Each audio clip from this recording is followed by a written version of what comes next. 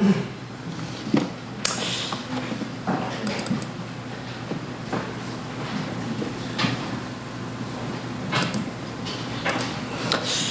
기도해 주셔서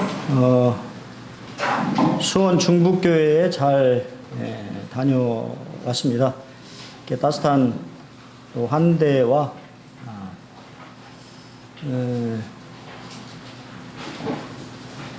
처음에는 저희 가정이 몇 분만 나오실 줄 알았는데 이렇게 행사팀이 있더라고요. 그래서 15분이 오셔가지고 20명이 이렇게 다 이동을 모든 프로그램에 함께 참여하시고 식사 같이 하시고 이렇게 또 좀 새롭다라고 하는 느낌이 참 들었습니다.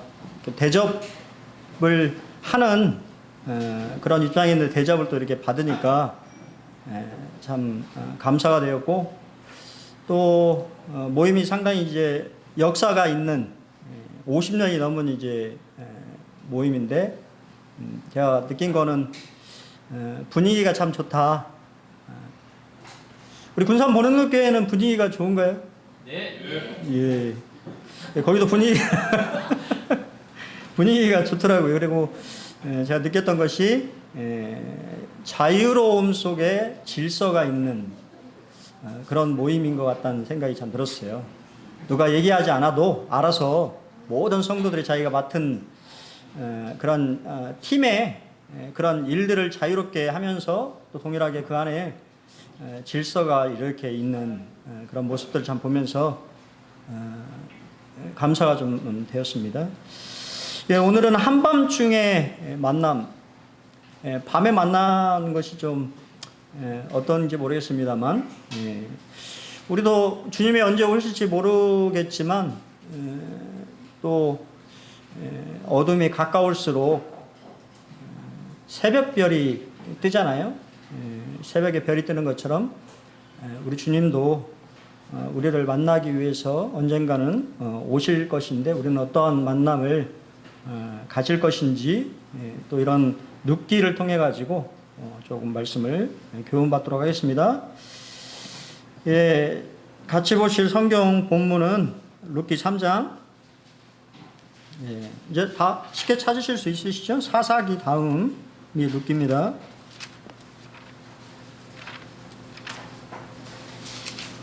7절로 18절 교독해서 읽겠습니다. 7절 제가 읽겠습니다. 보아스가 먹고 마시고 마음이 즐거워 가서 곡식단 더미의 끝에 눕는지라 룻이 가만히 가서 그의 발치 이불을 들고 거기 누웠더라.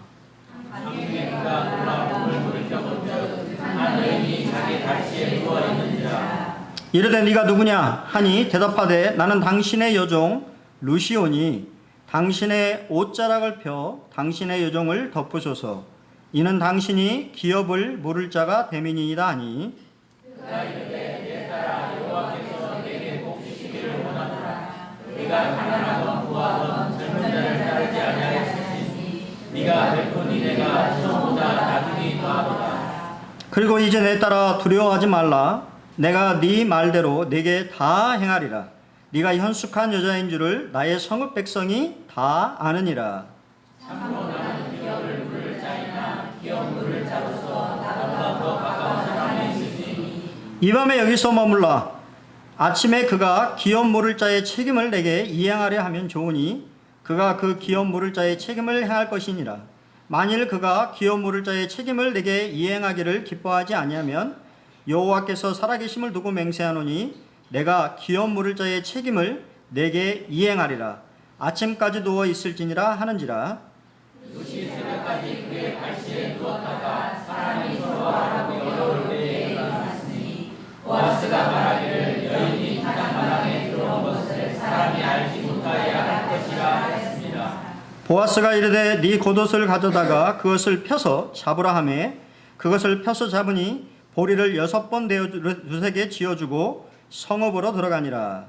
룻이 시어머니에게 가니 그가 이르되 그 자가 어떻게 되었느냐 하니 룻이 그 사람이 자기에게 행한 것을 다 알고 이르되 그가 내게 이 보리 6번을 대어 주며 이르기를 빈손으로 내어 시어머니에게 가지 말라 하였더이다 하느니라.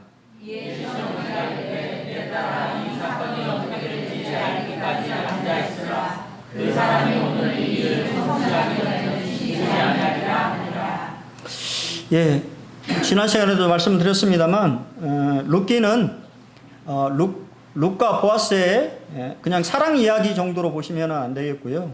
룻은 이 마지막 때를 살아가는 하나님 몸된 교회를 상징적으로 보여주고 있고, 보아스는 우리 주님의 예수 그리스도의 모습을 이렇게 우리에게 보여주고 있습니다. 사랑에는 A, B, C, D, E, F, G가 있다고 합니다. A는 accept, 사랑은 상대방을 받아들여야 합니다. B는 believe, 사랑은 상대방을 믿어야 합니다. C는 care, 사랑은 상대방을 돌봐야 합니다. D는 desire, 사랑은 상대방을 향한 소망이 있어야 합니다. 그리고 E는 erase, 사랑은 상대방의 허물을 지워야 합니다.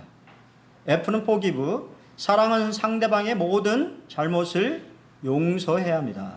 G는 give, 사랑은 자신의 귀한 것을 상대에게 주어야 합니다. 어떠십니까? 잘 좀 정의가 되어 있죠. 우리가 이제 이 지금 말하고 있는 것들을 오늘 말씀 속에서 조금은 볼 수가 있을 텐데요. 그런 것들을 좀 생각하시면서 말씀을 들으시면 될 것 같습니다. 주님은 우리를 용납하십니다. 사랑은 상대방을 받아들인다라고 말을 했는데요. 주님은 우리를 용납하십니다. 믿음은 용기가 필요합니다. 한 여성이 한밤중에 돌아다닌다고 하는 것이 여러분 어떤 느낌이 드십니까? 특별히 우리가 지금 이제 룻기를 보니까 룻기가 이렇게 서사적으로 아름답게 표현되어 있으니까 그 시대상을 좀 잊어버릴 수가 있는데, 룻기의 시대상은 사사시대예요. 그러면 사사시대의 타작마당의 모습은 어떤 모습이었을까요?를 우리가 배경으로 좀 생각을 해봐야 됩니다. 나오미는 며느리 룻에게 단장을 하라고 얘기했잖아요. 그렇죠? 우리가 보면 목욕을 하고 기름을 바르고 그 다음에 새 옷을 입어서 이제 갑옷을 벗고 새 옷을 입고 보아스에게 너의 모습을 이렇게 보이라고, 그리고 청혼을 하라고 얘기를 했는데, 그러면서 당부하기를 뭐라고 했냐면 그 사람이 먹고 마시기를 다 하기까지는 그에게 보이지 말아라. 그러니까 숨어 있어라 라고 하는 말이죠. 그 말은 또 생각해보면 다른 사람이 네 모습을 보지 못하게 기다려 잘 숨어 있어야 된다고 하는 것을 말하고 있는 것이죠. 우리가 농사를 지으시는 게 우리 유생전님밖에 없어서 아직 추수는 안 하셨잖아요. 그죠? 추수했어요? 추수를 하셨다네요. 기분이 어떠세요? 그거는 우리 예, 벌써 얼굴이 좋으셔. 추수 얘기하는 거. 예, 다 똑같은 거죠. 추수와 타작은 그 1년 동안 고생한 것을 이렇게 이제 자기가 거둬들이는 거기 때문에 상당히 즐거운 날인 것을 우리가 보게 돼요. 그래서 우리가 보면 아마 이 보아스도 즐거워하면서 먹고 마시는 즐거움을 표하는 그런 시간들을 보냈을 텐데요. 우리가 이 이스라엘의 타작마당을 좀 생각해 보면 호세아 9장 1절을 생각할 수 있는데요. 이스라엘아 너는 이방 사람처럼 기뻐 티놀지 말라. 네가 음행하여 네 하나님을 떠나고 각 타작마당에서 음행의 값을 좋아하였느니라 라고 되어 있어요. 그 당시 타작마당은 음주가 행해졌던 곳이고 남자들이 춤을 추며 기쁘게 막 뛰노는, 그러면은 우리가 술 먹고 기쁘게 뛰노면 보통 뭐가 이루어집니까? 막 무법천지가 되는 것이죠. 그러다 보면 우리가 말하는 몸을 파는 그런 여자들도 그런 타작마당에 들어오게 되고 그 가운데 심각한 음란 행위들이 이루어졌던 곳이 타작마당이었던 것을 보게 돼요. 그러면 사사시대는 가나안 문화가 이스라엘에 가장 깊이 들어와 있던 어두움의 시대입니다. 영적으로나 도덕적으로나 정말 타락한 그러한 시대에 여성이 단장을 하고 그 타작마당에 들어간다라고 하는 것은 쉬운 일일까요? 아무리 시어머니가 얘기를 했다고 해도 용기가 필요한 것이죠. 우리가 잘 아는 것처럼 룻은 모압 여인이에요. 가나안 문화에 대해서 너무 잘 알고 있는 사람이었을 거예요. 그 타작마당에서 어떠한 일들이 이루어지는지 잘 알고 있을 거예요. 그러면 룻의 마음은 얼마나 심장이 콩닥콩닥거리면서 떨렸을까요? 두려운 마음들이 있었을까요? 하지만 그는 용기를 내었다고 하는 거예요. 위험을 감수하고 시어머니의 말을 믿고 믿음으로 나아갔습니다. 우리가 잘 아는 것처럼 그가 믿음으로 나아갔을 때 뭐 성경이 우리가 그런 아까 배경을 설명했습니다만 그런 염려 없이 보아스가 누워 있는 그러한 자리에 가게 되었고 보아스의 옷자락을 이렇게 이제 들쳐서 우리가 이제 근데 여기 우리 성경에는 이불이라고 되어 있는데요. 이불로 번역했는데 이불이 아니고 사실은 겉옷을 말하는 거예요. 겉옷. 유대인들은 이 속옷과 겉옷을 입었는데 겉옷은 우리가 군대에 갔다 오신 분들 아실 때 판초우이 처음 들어오신 표정으로 이렇게 날 보시는데 보병을 안 하셔서 잘 모르시나요? 판초우이라고 하는 것을 군인에 지급하는데 그것은 야외에서 그냥 그 판초우이를 깔고 야외에서 그냥 잠을 잘 때 사용되는 군인 용품인데요. 그런 용도로 쓰였던 것이 겉옷입니다. 겉옷은 외출 때 입는 옷일 뿐만 아니라 잠을 잘 때 밑에 깔아가지고 이렇게 덮거나 해서 이불 대용으로 사용을 했어요. 그래서 여기서는 이제 이렇게 이불처럼 우리 말 성경에는 번역이 되어 있는데 그것이 아니라 그의 옷을 말하는 것입니다. 겉옷. 겉옷이 이제 상당히 이제 긴 그 겉옷을 그가 덮고 잠을 자고 있었고 룻은 그 겉옷을 들고 그 발치에 누웠던 것이죠. 우리가 잘 아는 것처럼 히브리서 11장 6절에는 믿음이 없이는 하나님을 기쁘시게 하지 못한다고 말하고 있습니다. 하나님께 나아가는 사람 두 가지를 믿어야 되는데 하나님이 계신 것, 하나님이 살아계신 것. 여러분 그렇게 믿습니까? 아는 거와 믿는 거는 다른 거예요. 정말 믿냐는 거예요. 하나님이 살아계신 것. 정말 그분이 역사하시는 전능하신 하나님이라고 하는 것을 믿는 건 별개의 문제예요. 그걸 믿어야 된다는 거예요. 근데 그 믿음을 가진 사람에게 하나님 뭐를 주신다고요? 상 주신다는 거예요. 상. 하나님이 가장 귀하게 여기시는 것은 사람의 믿음입니다. 그 믿음을 가지고 나오는 사람을 하나님 기뻐하시고 그 믿음으로 하나님을 찾는 사람에게는 반드시 뭐 하신다? 상을 주신다고 하는 거예요. 보상하시겠다고 하는 것이 약속인 겁니다.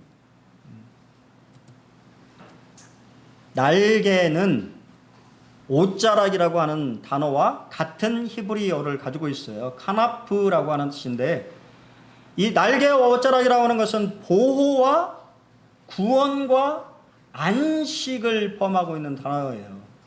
다 설명을 할 수 없기 때문에 제가 이렇게 요약해서 말씀드립니다.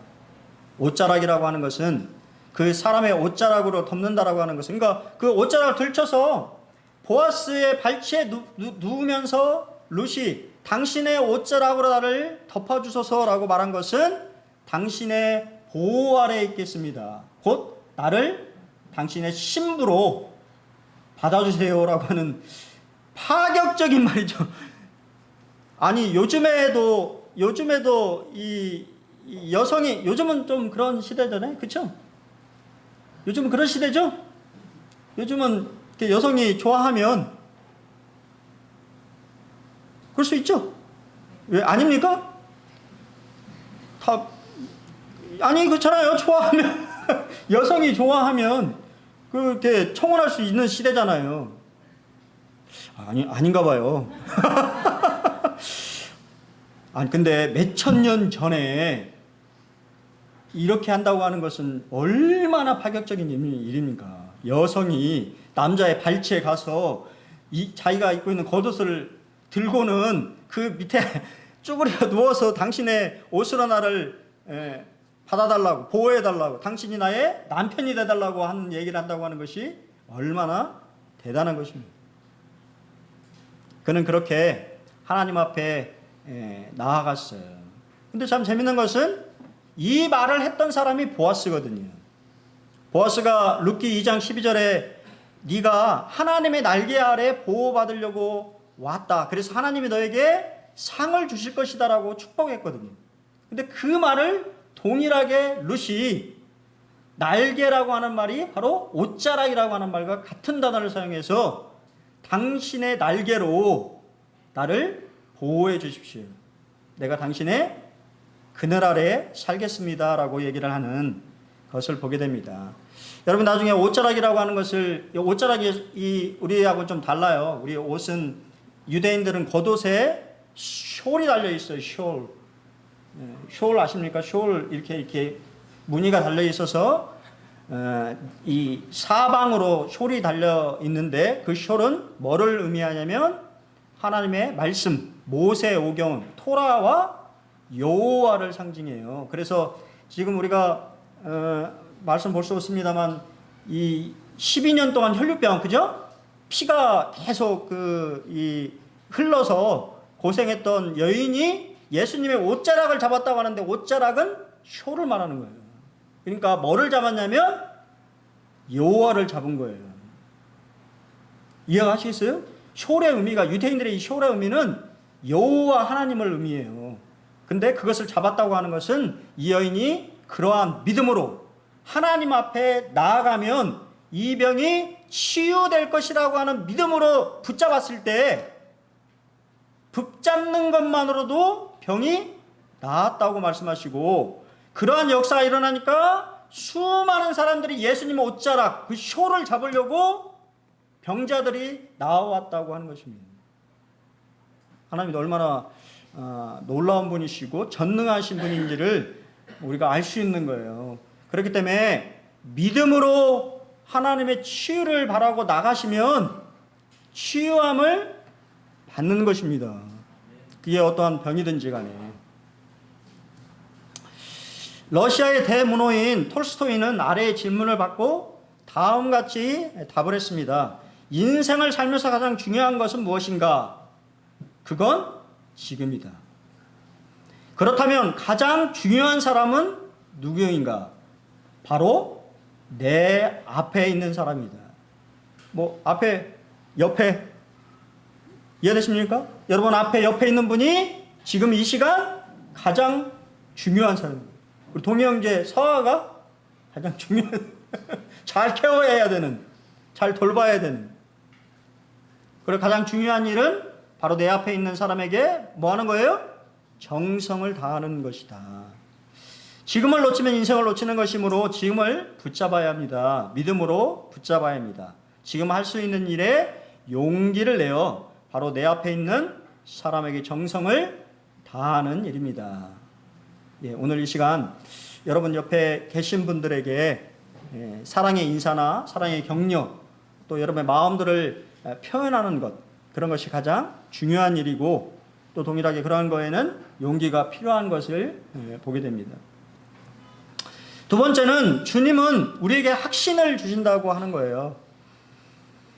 룻의 프로포즈에는 자기 희생이 있었어요. 룻은 자신만을 위해서 프로포즈한 것이 아니었습니다. 그는 이렇게 얘기해요. 이는 당신은 기업을 물을 자. 우리가 지난 시간에 설명드렸죠. 고엘이라고 하는 것을 설명을 드렸어요. 이스라엘에는 고엘이라고 하는 제도가 있어서 죽은 자, 하나님은 기업을 잇는 것을 중요하게 생각을 하셨는데, 그래서 그 가문이 이 멸하지 않도록 하시기 위하여서 기업을 이을 수 있도록 그 친족 중에 가장 가까운 사람이 그 가족의 이 대를 잇도록 이렇게 그런 제도를 만들어서 또한 그 재산들을 회복할 수 있도록 그런 제도들을 만들었던 걸 보게 해요. 그래서 이 롯은 보아스, 당신은 내가 당신을 그냥 나의 청원을 하는 것이 아니라 당신은 하나님의 말씀에 고엘이기 때문에 우리 가문을 위해서 당신의 그런 의무를 행해줘야 된다라고 이야기한 거예요. 롯은 자신의 인생의 행복만을 추구하지 않았다고 하는 것입니다. 망가지고 깨어지고 대가 끊어져 버려서 아무 소망이 없는 시어머니 나오미의 인생을 더 깊이 생각한 것이에요. 그가 그러한 용기를 내고 또 시어머니의 말에 순종한 것은 그 시어머니를 향한 룻의 사랑의 마음이 담겨져 있었다라고 하는 거예요. 그렇기 때문에 자기 자신을 뭐 할 수 있어요? 희생할 수 있는 것이죠. 그 희생에 대해서 보아스는 칭찬했어요. 인애로 표현되어 있는 단어가 헤세드입니다. 구약의 가장 중요한 단어가 헤세드예요. 헤세드를 제가 지난번에도 설명을 좀 드렸잖아요. 여러분, 헤세드를 뭐라고 생각하세요? 안정 있고 끈질긴 사랑인 거예요. 포기하지 않는 사랑인 것입니다. 그 사람이 어떠하든지 간에 저는 그 헤세드를 생각하면서 그런 마음이 생각이 들어요. 저희 그때도 좀 말씀드렸습니다. 저희 이제 자은 누나 이 아들이 다운증 증후군이거든요. 그래서 이제 그것이 좀 저희 이 누나가 믿는 거에 걸림돌이에요. 근데 이제 이 자식을 버리지 않고 끝까지 그와 함께하는 모습을 보면 참 감사하는 마음이 있어요. 그리고 주님이 또 그러한 마음에 언젠가는 좋은 마음으로 이렇게 바꾸시지 않을까라는 생각을 좀 개인적으로 좀 들었지. 그는 충분히 그때도 말씀드렸잖아요. 룻은 이뻤을까요? 안 이뻤을까요? 예? 이뻤어요. 미녀입니다. 미녀. 여기 보면 젊은 자라고 하는 표현이 등장한다고 말씀드렸잖아요. 젊은 자들도 반할 만큼 룻의 애모는 출중했어요. 그가 원하기만 하면 젊은 사람들과 결혼할 수가 있었어요. 근데 그럼에도 불구하고, 그러면 보아스는 젊은 사람이에요?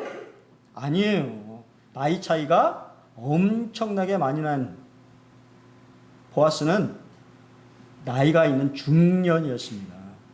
그렇기 때문에 나중에 보면 여기 이런 말도 하는 이유가 뭐냐면 이 보아스라고 하는 사람이 상당히 신중한 사람이고 상당히 지혜로운 사람이에요. 다른 사람을 배려할 줄 아는 사람이라서 미안한 마음이 든 거예요. 젊은 룻을 아내로 받아들인다고 하는 것이 상당히 보아스 입장에서는 미안한 마음을 가졌던 것을 보게 됩니다. 어떻게 됐든 간에 룻은 인애를 베풀었습니다. 헤세드를 베풀었는데 그거는 우리가 잘 아는 것처럼 자신의 이 모압 땅의 고향과 신들을 버리고 시어머니를 쫓아서 시어머니를 내가 봉양하겠다. 죽을 때까지 시어머니가 내 어머니가 되고 시어머니가 믿는 신이 내 신이 되겠다라고 하는 신앙 고백을 하면서 어머니를 따라왔고, 우리가 잘 아는 것처럼 이삭을 주면서 이삭을 줍는 건 쉽지 않다고 분명히 말씀드렸잖아요. 그렇지 않습니까? 다른 사람의 그러한 모습들, 그런 자존심, 다 모든 걸 다 내려놓고 이삭을 주면서 왜 주었어요? 시어머니를 먹여 살리려고. 그런 며느리가 어디 있습니까? 그런 사랑을 보였는데 지금은 그 시어머니를 위해서 대를 잇겠다고 나의 고엘이 되어달라고 얘기하는 룻의 마음을 보아스는 안 겁니다. 그것이 바로 인애라고 하는 것은 하나님의 마음속에 있는 하나님의 사랑이라고 하는 것을 보아스는 알고 룻을 칭찬했어요. 또한 그가 칭찬한 것이 있는데 바로 현숙한 여자라고 하는 거예요. 현숙한 하면 무슨 생각이 좀 드십니까? 우리가 생각하는 현숙한, 우리 동희 형제 수학선생님이지만 현숙한 무슨 느낌이 들어요? 어떤 단어가 들어요? 생각이? 그렇죠. 여기 보면 정숙한, 세 번역으로 된 정숙한. 근데 이 번역이 히브리적인 번역은 유능한 여자, 용기 있는 여자, 굳센 여자, 탁월한 여자, 덕망 있는 여자. 조금 다르죠. 우리가 생각했을 때 정숙한 하면 현숙한 하면 그냥 가만히 얌전히 이렇게 있는 이런 거 생각하는데 히브리 단어는 그런 단어가 아니에요. 현숙하다라고 하는 것은 능력이 있는, 자기 힘으로 그러한 문제를 헤쳐나가는 용기 있는 굳센 여인이다라고 하는 것을 이야기하고 있는 것입니다. 그리고 실제 룻의 모습은 그런 모습이에요. 책임을 질 줄 아는. 근데 그 단어가 보아스를 설명하는 단어와 같은 단어예요. 유력한 자. 너는 정말 유력한 자다. 용기 있는 사람이고 능력 있는 사람이고 그렇게 칭찬하고 있어요. 그렇습니다. 그는 우리가 잘 아는 것처럼 정숙하고 덕망이 있고 인품이 있는, 어떻게 보면 참 이런 며느리를 찾는다고 하면 참 좋겠어요. 그런 여인이었어요. 그것을 칭찬했습니다. 룻을 안심시킨 후에 사랑의 확신을 줍니다. 얼마나 두려웠을까요? 외간 남자의 이 발치를 들고 그 겉옷을 들고 그 발치 위에 눕는다고 하는 것이 얼마나 두렵고 떨리는 일이었을까요? 보아스는 암흑 같은 일이잖아요. 아무것도 보이지도 않아요. 이게 보아스인지 어떤지. 그렇기 때문에 하나님의 섭리가 이 안에 담겨 있는 거예요. 정확히 보아스가 누워있는 곳에 가서 발치를 들었고, 또 동일하게 우리가 잘 아는 것처럼 보아스와 이야기를 나눴단 말이에요. 얼굴을, 깜깜한 밤에 얼굴이 보입니까? 보이지 않는 거죠. 하지만 룻은 보아스와 이야기를 나눴고 보아스의 음성을 기억하고 있었다고 하는 거예요. 그리고 보아스가 누구냐고 물었을 때 당신의 여종 룻이라고 얘기하면서 그 음성을 정확히 알아들었다고 하는 것입니다. 그런 룻에게 보아스는 두려워하지 말라고 말하면서 이제 내가 네가 말한 대로 다 약속을 행해주겠다고 말하고 있습니다. 히브리서 13장 6절에 그러므로 우리가 담대히 말하되 주는 나를 돕는 이시니 내가 무서워하지 아니하겠노라. 사람이 내게 어찌하리요 하노라. 여러분 이 사실 믿습니까? 주님이 나의 돕는 분이세요. 주님이 내 편이 되어주십니다. 여러분이 믿음으로 나아가 여러분의 구하는 것들을 아랠 때 주님은 여러분 편이 되어주시는 거예요. 여러분을 도와주시는 분이 되는 거예요. 그렇기 때문에 여러분이 두려워할 필요가 없는 것입니다. 여러분의 어떤 문제나 여러분의 어떤 상황이나 그러한 것들을 다 알지는 못하지만 주님은 여러분은 돕겠다고 말씀하시는 거예요. 내가 이제 행해주겠다고 말씀하시는 것입니다. 여러분 믿음으로 나가기만 하면. 하나님의 지하운동이라고 하는 책을 쓴 범브란트 목사님이 계시는데요. 그분이 루마니아가 공산 치하에 있을 때 목회를 하다가 이유 없이 체포되어서 14년간 감옥에 갇혔습니다. 3년간 빛도 안 들어오는 독방에 갇혀 있다가 결국 사형 언도를 받고 맙니다. 이에 범브란트 목사는 절망했고 원망 섞인 기도를 했습니다. 하나님, 주의 일을 하다가 이 나이에 형장의 이슬로 사라져야 합니까? 그때 하나님의 음성이 들렸습니다. 사랑하는 종아, 성경에 두려워하지 말라는 말이 몇 번 기록되어 있는지 아느냐? 범브란트 목사는 그 말씀에 동그라미를 치며 성경을 읽어내려갔습니다. 366번 두려워하지 말라는 말씀이 기록되어 있었습니다. 다시 하나님께서 말씀하셨습니다. 왜 내가 366번 그 말을 기록해 놓았다고 생각하니 1년 365일 하루하루 걱정하지 말고 살라고 그런 거란다. 범브란트는 하나님께 물었습니다. 하나님, 1년은 365일인데 왜 366번을 말씀하셨나요? 그러자 성령님이 그를 깨닫게 하셨습니다. 너는 4년에 한 번씩 윤년이 돌아오는 것을 알지 못하는구나. 윤년이 되면 1년이 366일이 된단다. 범브란트는 말씀을 깨달은 후에 원망이 감사로 바뀌어 기쁨으로 감옥 생활을 했고 하나님의 인도하심으로 출소하여 담대하게 목회 사역을 계속해 나갔다고 합니다. 저는 안 쉬어봐서 잘 모르겠어요. 근데 이거 아마 영어로 되어 있겠죠? 범브란트 목사님, 그러니까 영어로 아마 이렇게 두려워하지 말라라고 하는 말이 366번 성경에 기록되어져 있다고 하는 거예요. 여러분, 매일의 삶 속에서 하나님이 여러분이 어떠한 상황이 처든지 간에 두려워하지 말라고 말씀하시는 것입니다. 워런 이엡스비 목사님은 이렇게 말씀하셨어요. 우리의 확신은 우리의 감정이나 환경 속에 있지 않고 어디에 있다고요? 하나님의 말씀 속에 있는 거예요. 우리의 확신은 내 감정이 아니고 또 상황이 잘 풀려서 그런 것이 아니고 하나님의 말씀 안에 있다고 하는 것이에요. 그 말씀을 믿은 수많은 사람들이 그 말씀 안에서 확신을 가졌다고 하는 것입니다. 그리고 위로를 받고 격려를 받고 자신의 인생을 드렸다고 하는 것입니다. 세 번째는 주님은 우리에게 선물을 주셨습니다. 보아스는 이렇게 믿음으로 자신에게 청혼한 룻을 빈손으로 돌려보내지 않았어요. 몇 번? 6번. 근데 왜 6번이라고 얘기를 했을까요? 측량하는 단위가 있는데 뭐 고멜, 몇 고멜, 그죠? 그런 말을 쓰지 않고 왜 6번 그냥 담아주었다고 얘기를 했을까요? 왜냐하면 그것에 의미가 있기 때문이에요. 읽는 설교 룻기에라는 책에 조용민 씨가 말씀한 것이 참 재밌는 얘기 나오는데요. 6번이라는 숫자를 강조한 이유는 6번은 보아스가 나오미에게 보내는 사인입니다.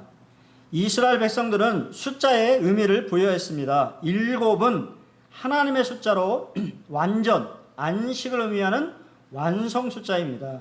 그렇다면 7에서 하나 부족한 6은 무슨 의미를 담고 있을까요? 부정적으로 이해하면 부족함, 유사함, 또 인간의 숫자라고 하는 것을 담고 있는데요. 성경의 용례에서 그렇게 부정적인 의미에서 6이라는 숫자를 사용하는 경우가 많습니다. 대표적인 것이 요한계시록의 666이라고 하는 그런 상징적인 단어도 그렇죠. 하지만 긍정적으로는 6은 7이라는 안식으로 가는 마지막 단계라는 의미를 담고 있습니다. 물론 안식에 도달한 것은 아닙니다. 그러나 이제 곧 안식에 도달할 것이라고 하는 말입니다. 이 6은 기대와 소망과 위로의 숫자도 될 수 있습니다. 6번, 2번 강조. 성경은 강조하면 반복한다고 말씀드렸잖아요. 6번 되어준 것은 보아스가 시어머니인 나오미에게 말하는 의미였어요. 내가 이제 당신이 말한 대로 룻을 아내로 받아줘서 내가 그 고엘로서 내 의무를 다 해주겠다. 잠시만 기다려라고 하는 말이었던 것입니다. 우리에게 하나님은 무엇을 주셨습니까? 누가복음에 보면 너희가 악한 자라도 좋은 것을 자식에게 줄 줄 알거든 하물며 너희 하늘아버지께서 구하는 자에게 뭐를? 성령을 주시지 않겠느냐? 또 사도행전 2장 38절로 39절에 베드로가 이르되 너희가 회개하여 각각 예수 그리스도의 이름으로 세례를 받고 제사함을 받으라. 그리하면 뭘 준다고요? 성령의 선물을 받으리니 이 약속은 너희와 너희 자녀와 모든 먼데 사람 곧 주 우리 하나님이 얼마든지 부르시는 자들에게 하시는 것이다. 하나님을 부르신 모든 자에게 하나님 이제는 성령님을 선물로 주신다고 하는 거예요. 에베소서 1장 13절로 14절에도 그 안에서 너희도 진리의 말씀 곧 너희의 구원의 복음을 듣고 그 안에서 또한 믿어 약속의 성령으로 뭐를 받았어요? 인치심을 받았으니 이는 우리 기업의 보증이 된다. 근데 여기서 제가 그때 좀 설명을 드렸었는데 에베소서를 같이 말씀할 때 보증이라는 말은 약혼 반지라고 하는 말이에요. 이해되십니까? 예수 믿는 사람은 다 성령님을 선물로 받는데 그것은 뭐와 같다? 약혼 반지를 낀 것과 같다고 말이에요. 그리고 약혼 반지를 꼈다라고 하는 것은 곧 우리가 어디에 참여한다? 결혼식에 신부로서 신랑을 맞이하게 된다라고 하는 것을 우리에게 설명해 주는 것입니다. 성령님을 우리 안에 선물로 주셨다고 하는 것이 얼마나 놀라운 축복인지 아십니까? 여러분 그걸 아셔야 돼요. 성령 받지 않은 사람은 하나님의 말씀을 깨달을 수가 없어요. 제가 구원받기 전에 성경을 봤지만 수면제였습니다. 잠만 왔습니다.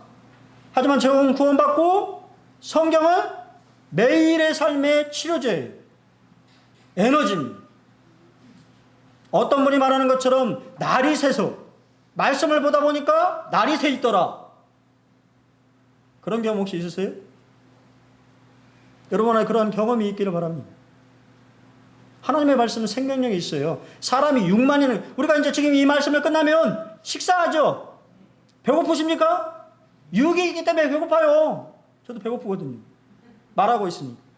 하지만 사람 안에 뭐가 있어요? 영이 있단 말이에요. 영. 영의 양식은 하나님의 말씀이에요.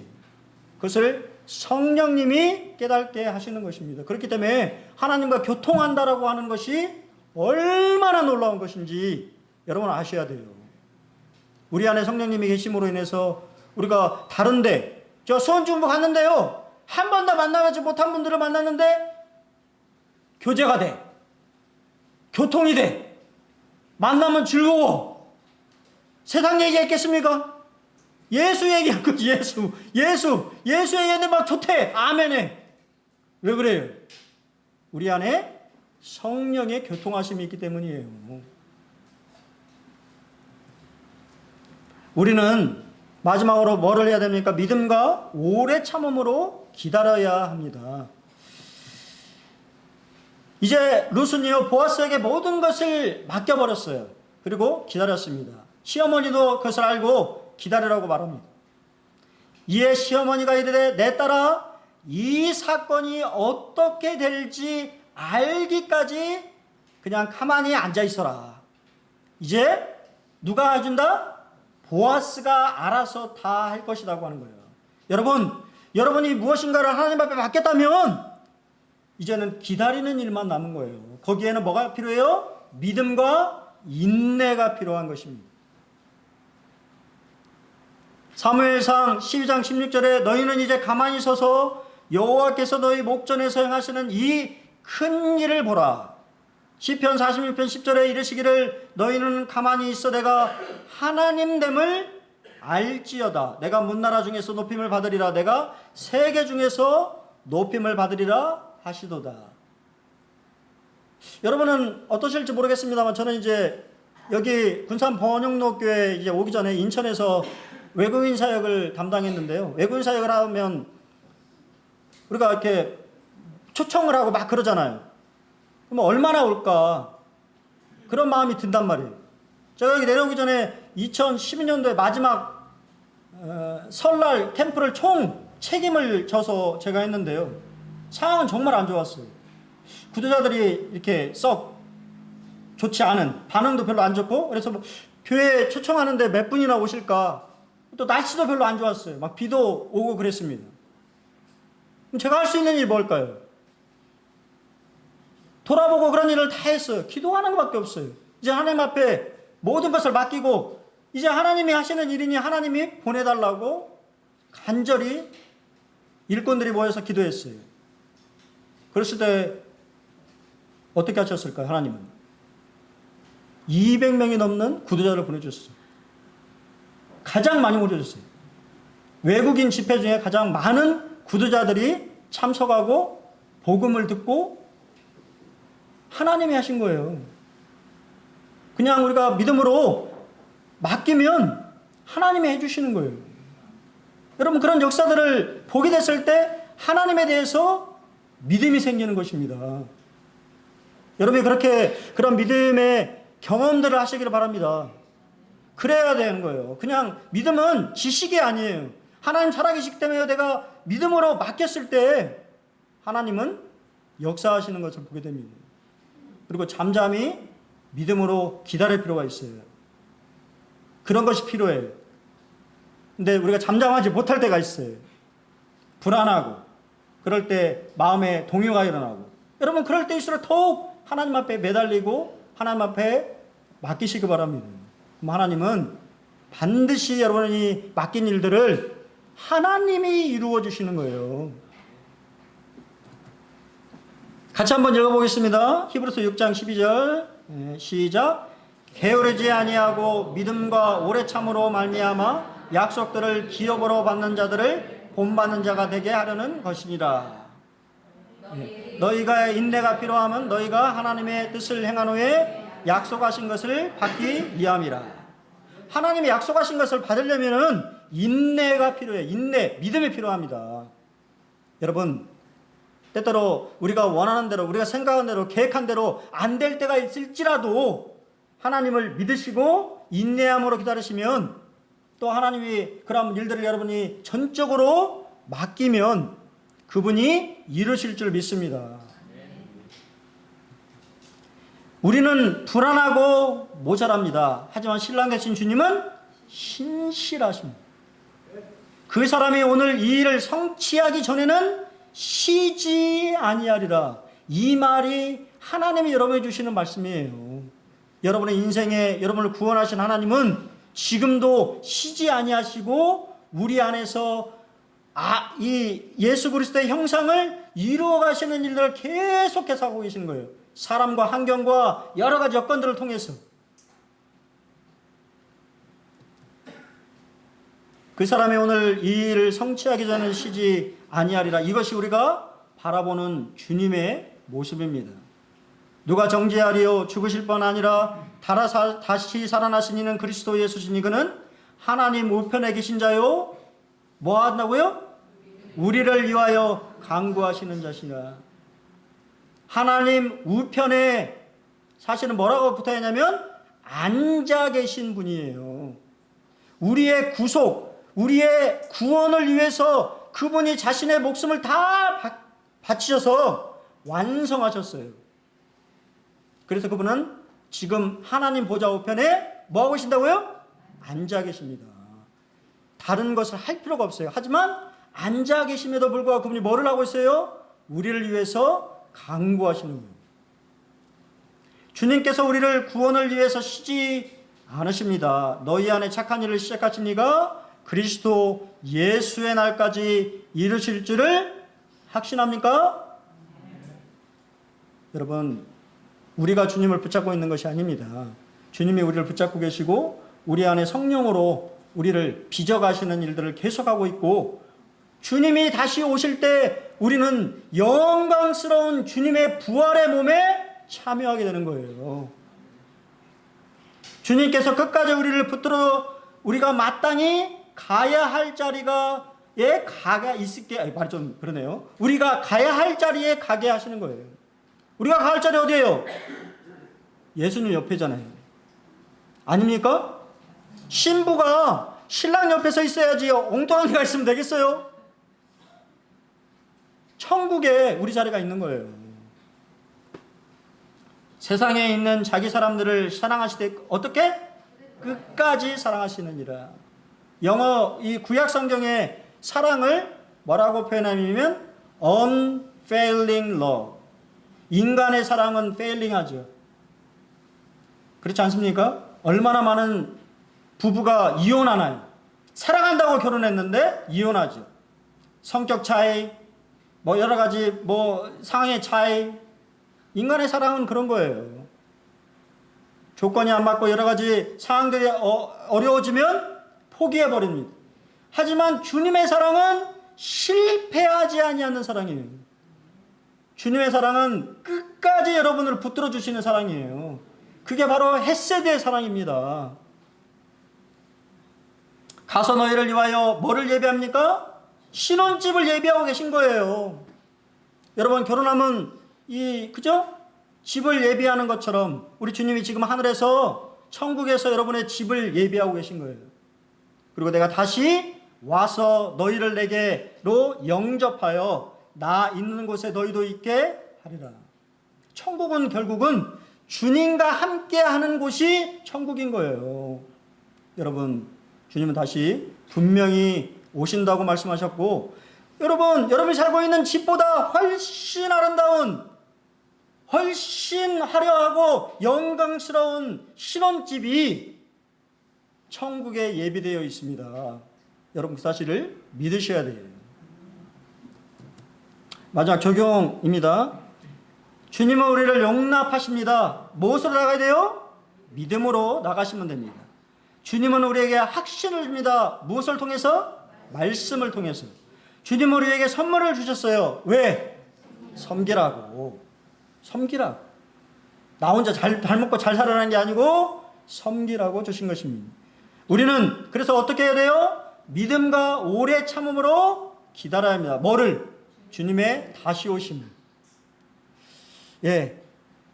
우리 주님이 이 루카 보아스를 통하여서 그분의 이 역사를 이루어 가시는 것처럼 여러분의 삶 속에 주님을 더욱, 오늘 요새 우리 김태 형제님이 휴거라고 하는 책, 제가 어제 김태인 집에 잠깐 갔었는데요. 저도 깜짝 놀랐어요. 휴거라는 책, 그 내용이 깜짝 놀란 게 아니라, 아직 안 읽어봤으니까 내용은 깜짝 모르겠고, 우리 김태진님 말씀하시는데 출판사가 다 틀려요.